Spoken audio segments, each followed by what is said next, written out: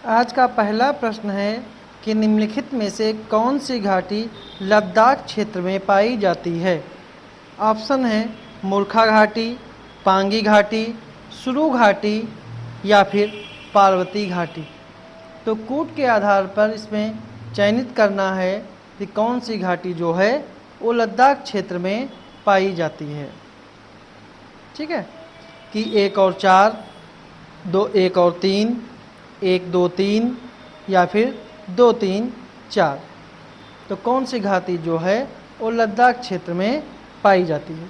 तो इसका सही जो आंसर है वो आपका है बी ऑप्शन 1 और 3, मतलब बी ऑप्शन इसका जो है वो सही है कि मूर्खा घाटी और सुरु घाटी जो हैं वो लद्दाख क्षेत्र में पाई जाती हैं, जबकि पांगी घाटी, पार्वती घाटी, किन्नौर घाटी ये हिमाचल प्रदेश की प्रमुख घाटियाँ हैं, जबकि नुब्रा घाटी जो है वो भी लद्दाख में ही पाई जाती है।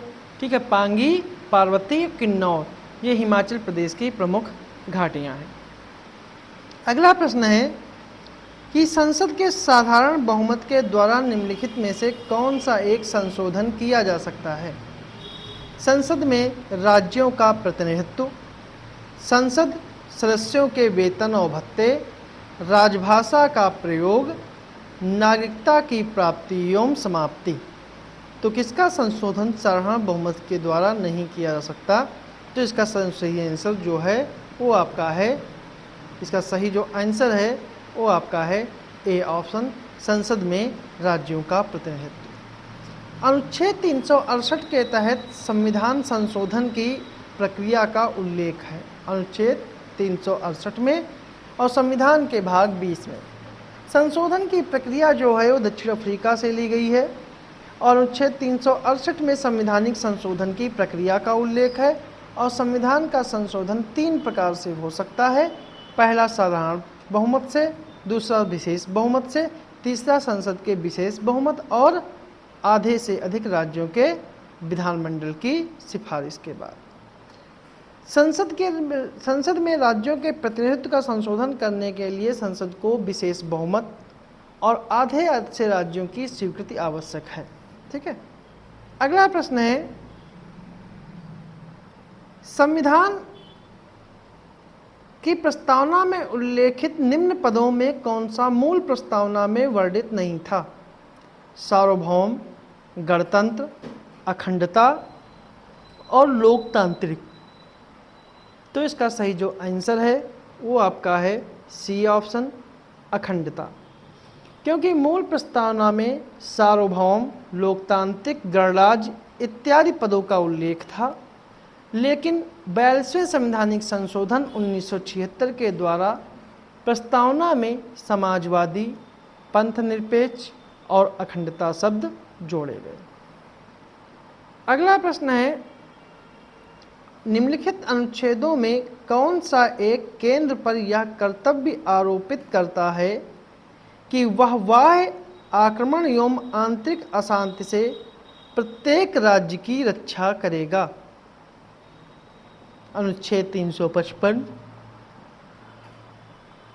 अनुच्छेद 268, अनुच्छेद 51 या फिर अनुच्छेद 75। जिसका सही जो आंसर है वो आपका है ए ऑप्शन, अनुच्छेद 355।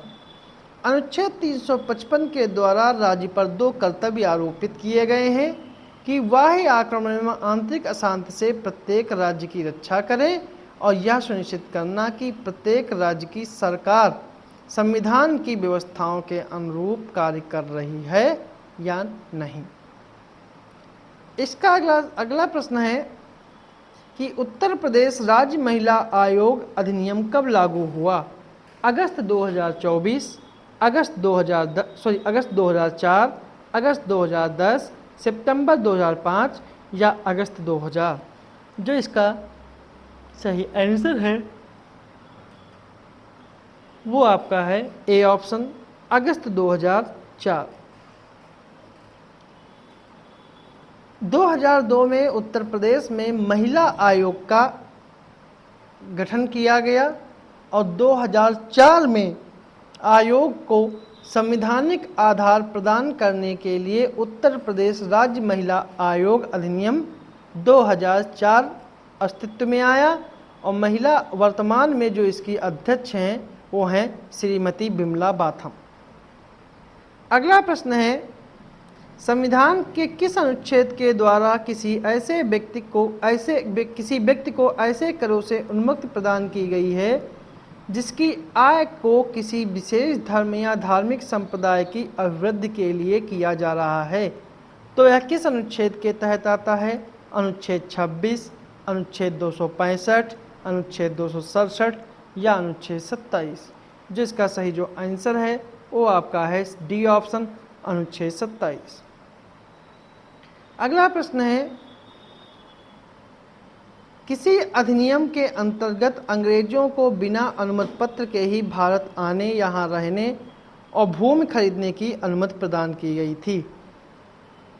1813 का चार्टर एक्ट, 1793 का चार्टर एक्ट, 1818 का भारत शासन अधिनियम और 1833 का चार्टर एक्ट। जो इसका सही जो आंसर है वो आपका है डी ऑप्शन, 1833 का चार्टर एक्ट। इसी अधिनियम के द्वारा ईस्ट इंडिया कंपनी का भारत में चीन के व्यापार एकाधिकार को समाप्त कर दिया गया और सभी अंग्रेजों को बिना अनुमति पत्र के भारत आने या रहने या भूमि खरीदने की अनुमति प्रदान की गई थी। अगला प्रश्न है, राष्ट्रीय आपातकाल अनुच्छेद 352 को वापस लिया जा सकता है संसद के साधारण बहुमत से, संसद के विशेष बहुमत से, ए बी दोनों या इनमें से कोई नहीं? जो इसका सही जो आंसर है वो आपका है ए ऑप्शन, संसद के साधारण बहुमत से। अनुच्छेद 352 के अनुसार युद्ध या बाह्य आक्रमण या सशस्त्र विद्रोह के आधार पर मंत्रिमंडल की लिखित सिफारिश पर राष्ट्रपति आपातकाल की घोषणा करता है और इस घोषणा को 1 माह के भीतर इसे संसद से अनुमोदन करना आवश्यक है।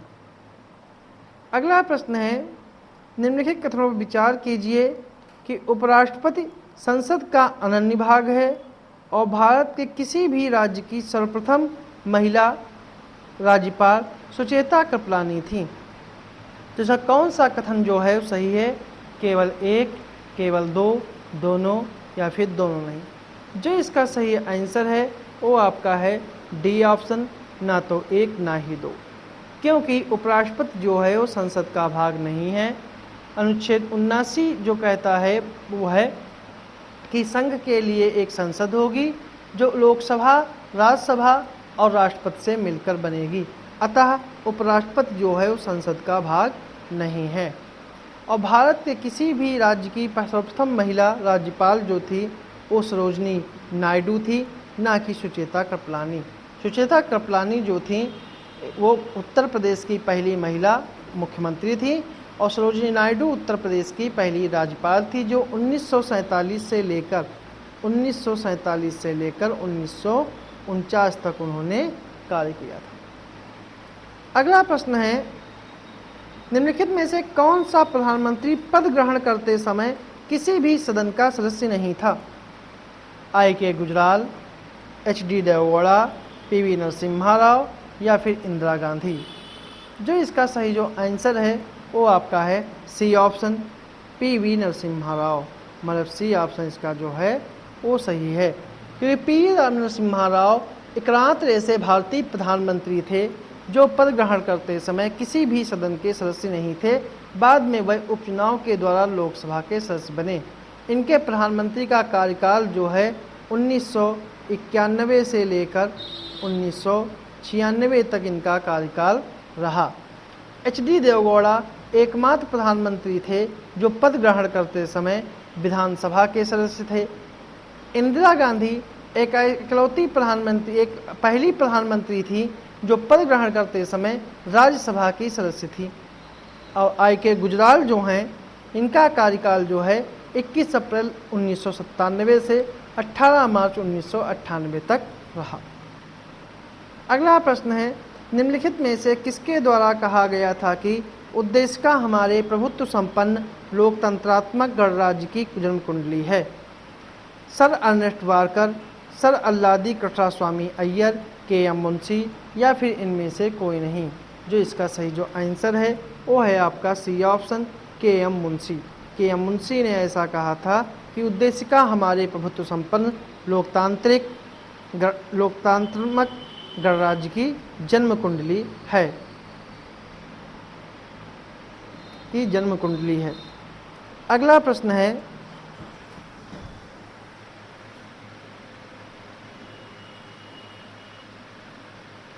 कि मराठा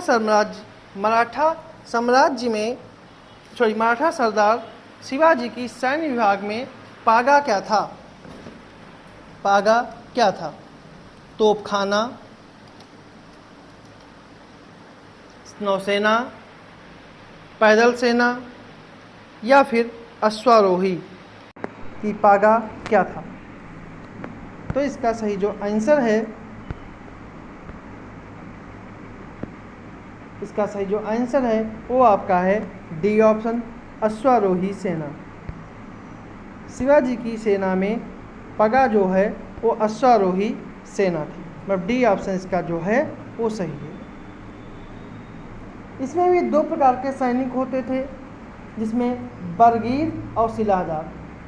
बरगीर और सिलादार अश्वारोही सैनिक जो है दो प्रकार के होते थे, उन्हें बरगीर और सिलादार। पैदल सेना को शिवाजी की सेना में पाइक कहा जाता था। अगला प्रश्न है, महिला शिक्षा के लिए महिला शिक्षा प्रसार बोर्ड बनाने की सिफारिश किस आयोग ने की थी? Raleigh commission, Hunter commission, Sadler commission या फिर हार्टोग समिति। जो इसका सही जो आंसर है वो आपका है सी ऑप्शन, सैडलर कमीशन। विश्वविद्यालय शिक्षा में सुधार के लिए 1917 में सर माइकल सैडलर की अध्यक्षता में विश्वविद्यालय आयोग बनाया गया। इसी आयोग की सिफारिश पर उत्तर प्रदेश में बोर्ड ऑफ सेकेंडरी एजुकेशन की स्थापना हुई। अगला प्रश्न है, दादा भाई नौरोजी ने भारतीय धन की इंग्लैंड निकासी को अपने किस लेख में स्पष्ट किया? इकोनॉमिक डेब्ट ऑन इंडिया, इंग्लैंड डेब्ट to India, the wants and means of India या फिर इनमें से कोई नहीं। जो इसका सही जो आंसर है वो आपका है बी ऑप्शन, इंग्लैंड डेब्ट टू इंडिया, मतलब बी ऑप्शन जो है वो इसका सही है। अगला प्रश्न है, निम्नलिखित गवर्नर जनरलों में किस एक को गोपाल कृष्ण गोखले ने द्वितीय औरंगजेब कहा? Lord Minto, Lord Wellesley, Lord Curzon या फिर लॉर्ड हार्डिंग। जो इसका सही जो आंसर है वो आपका है C option, Lord Curzon. Lord Curzon को गोपाल कृष्ण गोखले ने द्वितीय औरंगजेब कहा। लॉर्ड कर्जन 1899 से 1905 तक भारत का वायसराय था। इसने प्रशासनिक असुविधा को कारण बनाकर जुलाई 1905 में बंगाल विभाजन की घोषणा की और यह भारत में सर्वाधिक अलोकप्रिय वायसराय सिद्ध हुआ। अगला प्रश्न है, अमृतसर की संधि 1809 में किसके बीच हुई थी? गुरु तेग बहादुर अंग्रेजों के बीच, गुरु गोविंद सिंह सासूजा के बीच, रणजीत सिंह और सासूजा के बीच, रणजीत सिंह या अंग्रेजों के बीच। जो इसका सही जो आंसर है वो आपका है डी ऑप्शन, रणजीत सिंह और अंग्रेजों के बीच। अगला प्रश्न है, दुधवा राष्ट्रीय पार्क को बाघ परियोजना में कब शामिल किया गया? 1985-86, 1987-88, 1980-81 या 1990-91। जो इसका सही जो आंसर है वो आपका है बी ऑप्शन, 1987-88 में इसे बाघ परियोजना में शामिल किया गया। इसका कुल क्षेत्रफल जो है 9,490 वर्ग किलोमीटर का क्षेत्रफल है। अगला प्रश्न है, 2011 की जनगणना के अनुसार उत्तर प्रदेश के किस जिले में 0 से 6 आयु वर्ग का जनसंख्या प्रतिशत सर्वाधिक रहा? प्रयागराज, जौनपुर, बहराइच या फिर सिद्धार्थनगर। जो इसका सही जो आंसर है वो आपका है सी ऑप्शन, बहराइच। ठीक है, जिसमें 0 से 6 आयु वर्ग का सबसे ज़्यादा प्रजनन 18.77% रहा। अगला प्रश्न है, जनगणना 2011 के अनुसार उत्तर प्रदेश की राजधानी जनपद लखनऊ का जनघनत्व कितना है? 819, 1816, 3971 या 2395। जो इसका सही जो आंसर है वो आपका है बी ऑप्शन 1816। अगला प्रश्न है, वह विनिमय दर जिस पर एक देश की करेंसी का दूसरे देश की करेंसी से वर्तमान अवधि में विनिमय किया जाता है वह कहलाती है स्थिर विनिमय दर, अग्रिम विनिमय दर, तत्काल विनिमय दर या प्रबंधित विनिमय दर। जो इसका सही जो आंसर है वो आपका है सी ऑप्शन तत्काल विनिमय दर। अगला प्रश्न है, निम्नलिखित में से कौन सा एक सही सुमेलित नहीं है? मुगल कालीन पदाधिकारी और उनके कार्य जैसे मीर ए बर वन अधिकारी, वाक़या-नवीस सूचना अधिकारी, मुस्तौफ़ी लेखा परीक्षक, मीर ए बहर संदेशवाहक। जो इसका सही जो आंसर है जो सुमेलित नहीं है वो आपका है डी ऑप्शन मीर ए बहर। मीर ए बहर जो है वो संदेशवाहक नहीं था, वो जल सेना का प्रधान था, जल सेना का प्रमुख था। और संदेशवाहक को जो है वो हरकारा कहते थे। ठीक है, बाकी जो है सही सुमेलित है। अगला प्रश्न है, सतत एवं स्थायी विकास किस प्रकार की अवधारणा से संबंधित रखता है?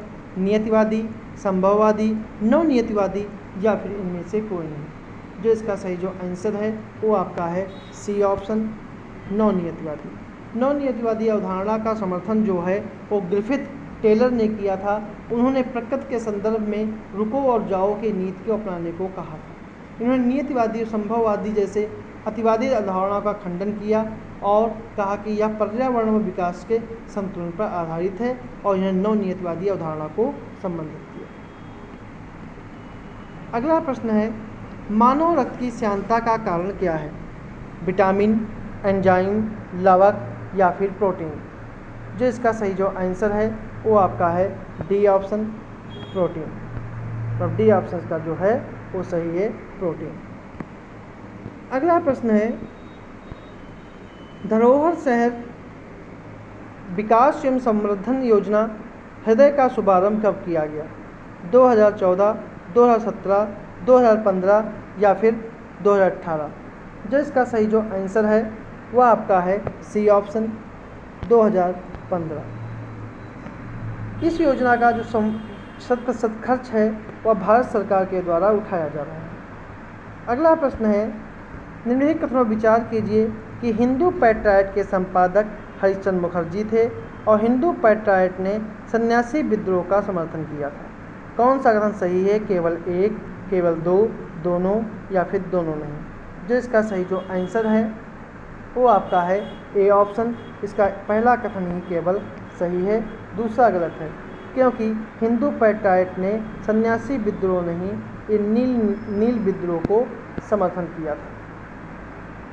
अगला प्रश्न है, सूची 1 और सूची 2 को सम्मिलित करना है। सूची 1 है कि कार्यस्थल पर यौन शोषण अधिनियम, घरेलू हिंसा सुरक्षा अधिनियम, दहेज निषेध अधिनियम और बाल विवाह निषेध अधिनियम। तो इसका सही सम्मिलित क्या है? तो इसका सही है कार्यस्थल पर महिला यौन शोषण अधिनियम जो है ये 2013 में आया, घरेलू हिंसा सुरक्षा अधिनियम 2005 में आया, दहेज निषेध 1961 में और बाल विवाह 2006 में। इसका सही आंसर जो है वो ए ऑप्शन है।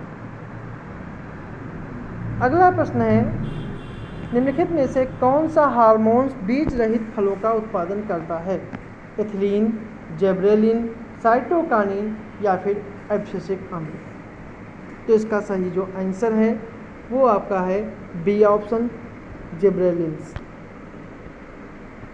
बी ऑप्शन इसका जो है वो सही है जिबरेलिन। जिबरेलिन एक जटिल कार्बनिक यौगिक है जिसका मुख्य उदाहरण जिबरेलिक एसिड है। जिबरेलिन हार्मोन्स का प्रयोग करके बीज रहित फलों का उत्पादन किया जाता है जो बीजों को सुषुप्तावस्था को भंग करके उन्हें अंकुरित करने के लिए प्रेरित करता है।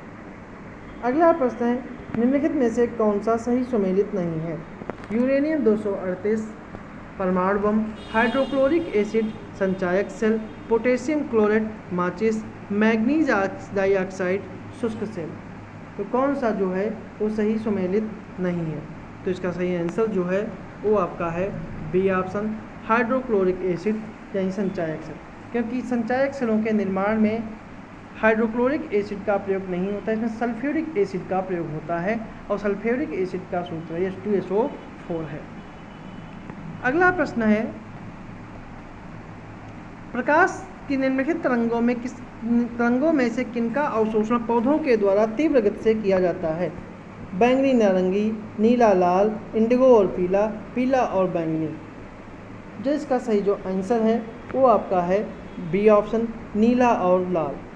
प्रकाश संश्लेषण की प्रक्रिया विद्युत चुंबकीय स्पेक्ट्रम में 450 नैनोमीटर से 750 नैनोमीटर के बीच होती है और पादप नीले रंग के तरंगों का अवशोषण जो है तीव्र गति से करते हैं। अगला है मेगावाट बिजली की मापने की इकाई है जो ट्रांसमिशन में हास हो जाती है, उपभोग की जाती है, उत्पादित की जाती है या फिर बचत की जाती है। जो इसका सही जो आंसर है वो आपका है सी ऑप्शन, उत्पादित की जाती है।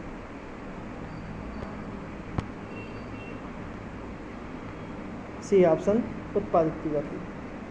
अगला प्रश्न है निम्नलिखित कथनों में कौन सा एक धातु के बारे में सही नहीं है? धातुओं में चमक होती है, सामान्यतया धातु आघातवर्धनी नहीं होते हैं, सामान्यतया धातु तन्य होते हैं, मरकरी एकमात्र ऐसा धातु है जो कमरे के तापमान पर द्रव अवस्था में पाया जाता है। तो कौन सा कथन सही है? तो इसका सही जो आंसर है वो आपका है बी ऑप्शन,